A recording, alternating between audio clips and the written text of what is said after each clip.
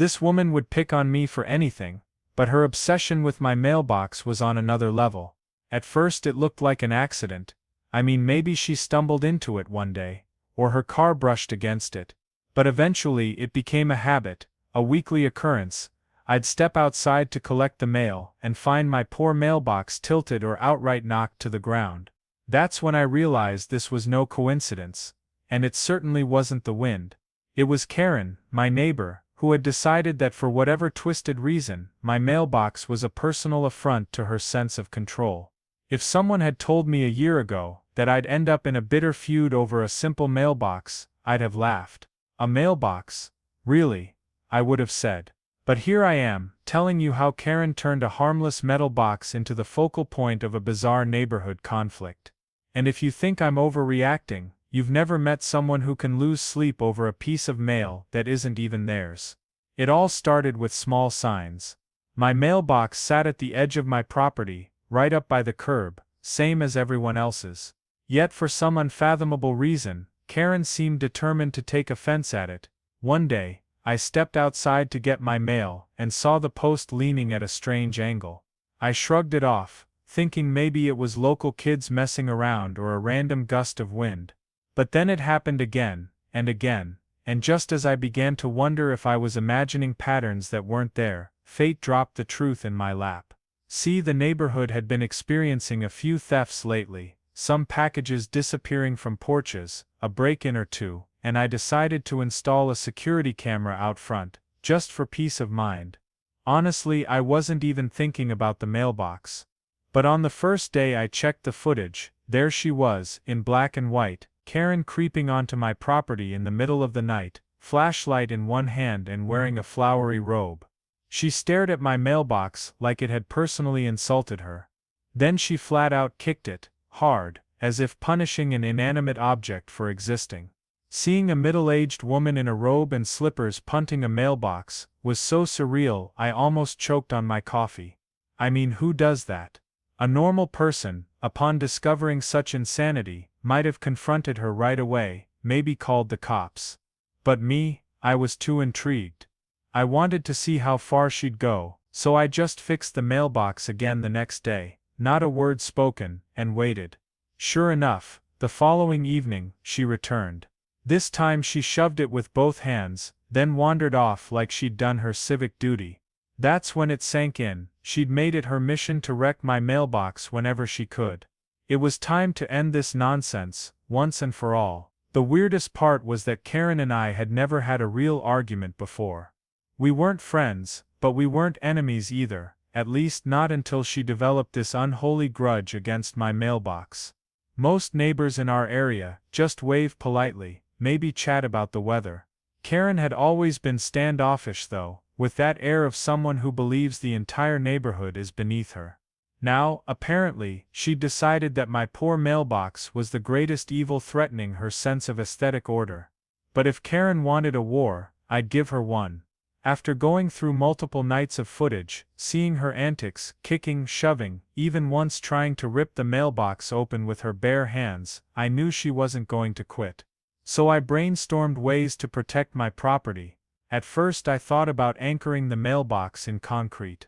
Then, maybe thick steel, then some sort of shock system, but quickly realized I'd probably get sued into oblivion if I tried something that extreme.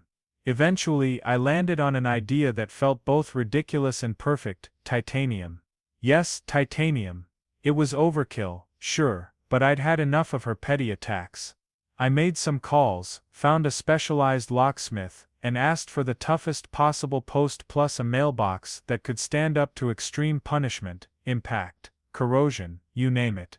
If she was determined to keep kicking something, let her try her luck with that. A few days later, the locksmith arrived. I watched him anchor a heavy-duty titanium post deep into the ground with reinforced concrete.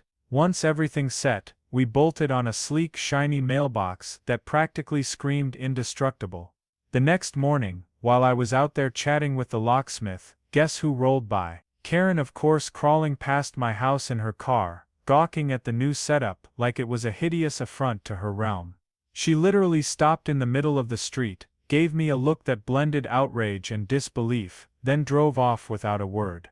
I pretended not to notice her, but inside, I was grinning.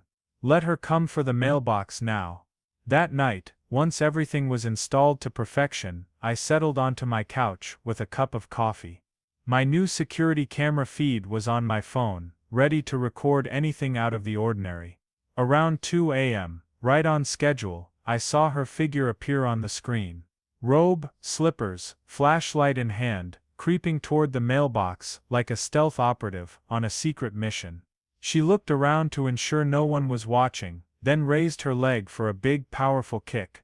I nearly laughed out loud, waiting to see what would happen. The impact was glorious.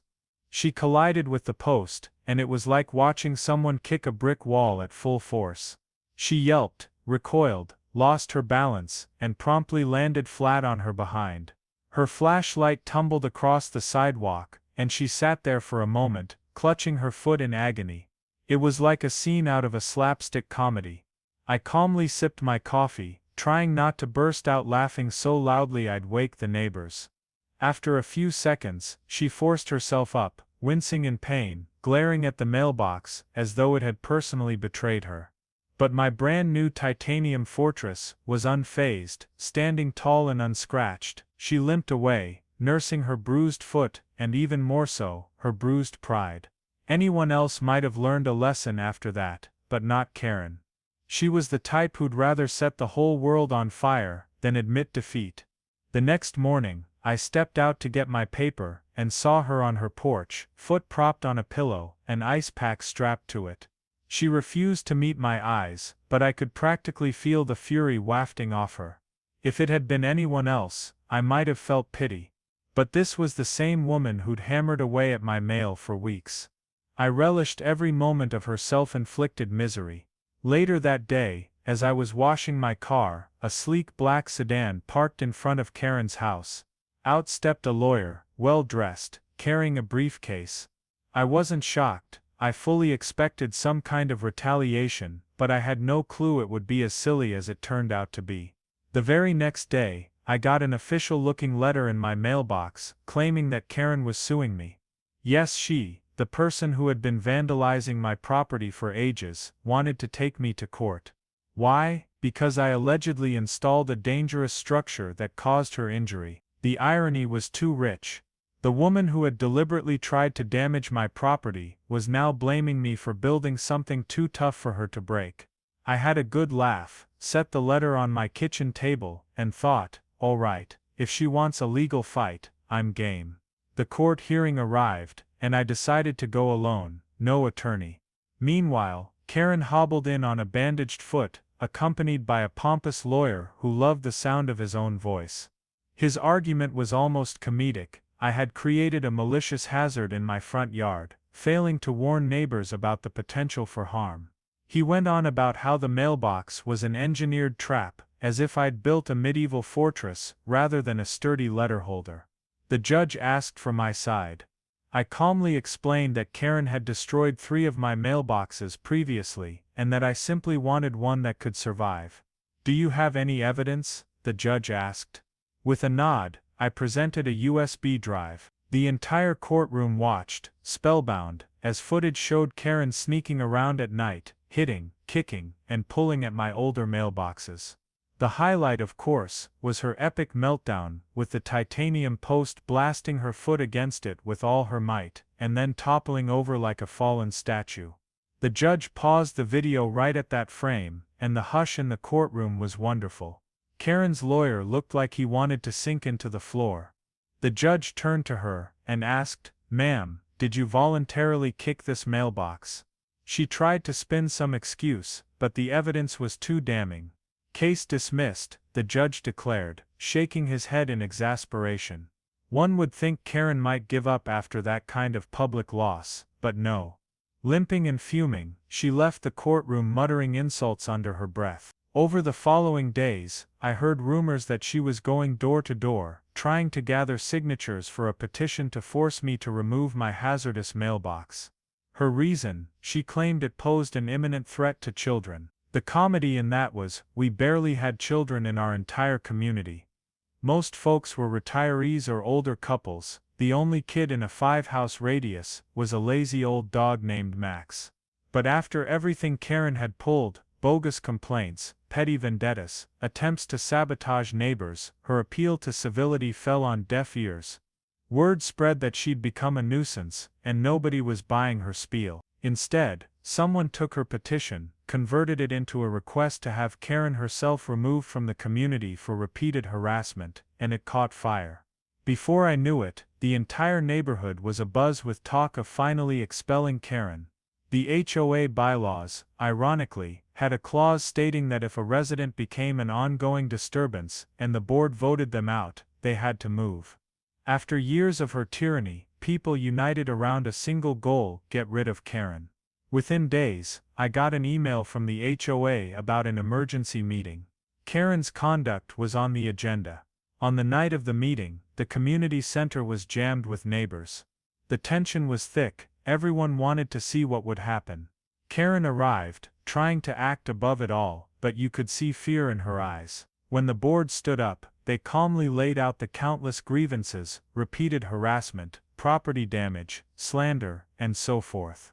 They concluded by saying they'd vote on whether Karen should be forced to sell her house and leave the neighborhood. Karen went pale, tried to blame me for everything, insisted it was a conspiracy, but no one believed her. The hush that fell as they tallied votes was deafening. Then the head of the board announced the result: unanimous decision to expel Karen. The place erupted in applause. She was stunned, mouth open, face flushed. Her final attempt at intimidation had backfired spectacularly, turning the entire community against her. She was given 30 days to sell her home and move away.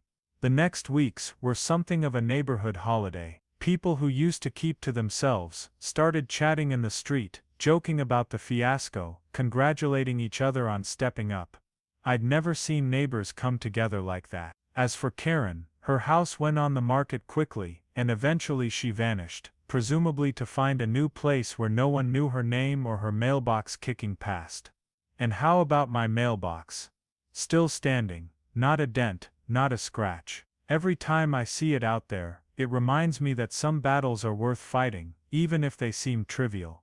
Because in the end, it wasn't just about a mailbox, it was about an entire neighborhood standing up to a bully who refused to respect the people around her. An inanimate box became a symbol of resilience, and Karen's downfall came from her own refusal to accept that you can't just break what isn't yours.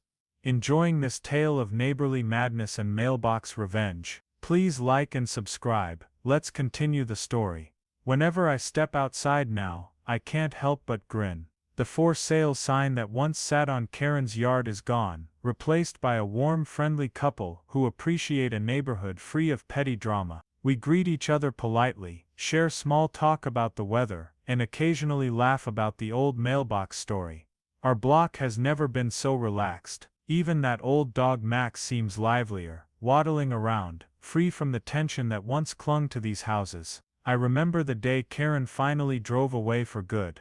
It was a bright morning, and the moving truck rumbled off, loaded with her boxes. Her car followed behind, weaving down the street. I watched from my porch, silently sipping coffee. A wave of relief washed over me. Part of me thought she might stop to say something snarky or leave a final threat, but she didn't. She just left, eyes forward, no wave goodbye, and that was it, the end of her petty tyranny.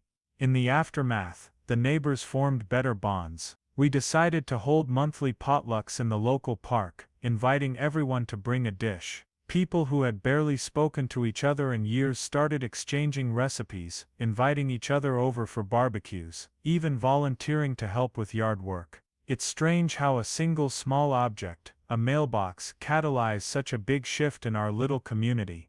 Maybe Karen's meltdown was the spark we needed to realize that standing together was more powerful than any single bully. Still, I'll never forget the comedic brilliance of seeing her topple over that titanium post, or the outraged expression she wore when the judge dismissed her lawsuit. That's the memory that makes me chuckle whenever I glimpse my mailbox these days. It's become more than just a place for bills and junk mail. It's a symbol of what happens when you refuse to let petty tyrants push you around. It's also a testament to how creativity and a bit of titanium can solve the strangest problems. For anyone dealing with a Karen in their life, someone who invests endless energy in tormenting others over trivial things, take heart. Sometimes you just need to be a little more stubborn than the bully. Or in my case, more resourceful. Because if they're so determined to break something that isn't theirs, they might just break themselves in the process. If you ever want more stories like this, make sure to check my channel out. I got loads more of these, and please like and subscribe. It helps me create these videos. Have a good day.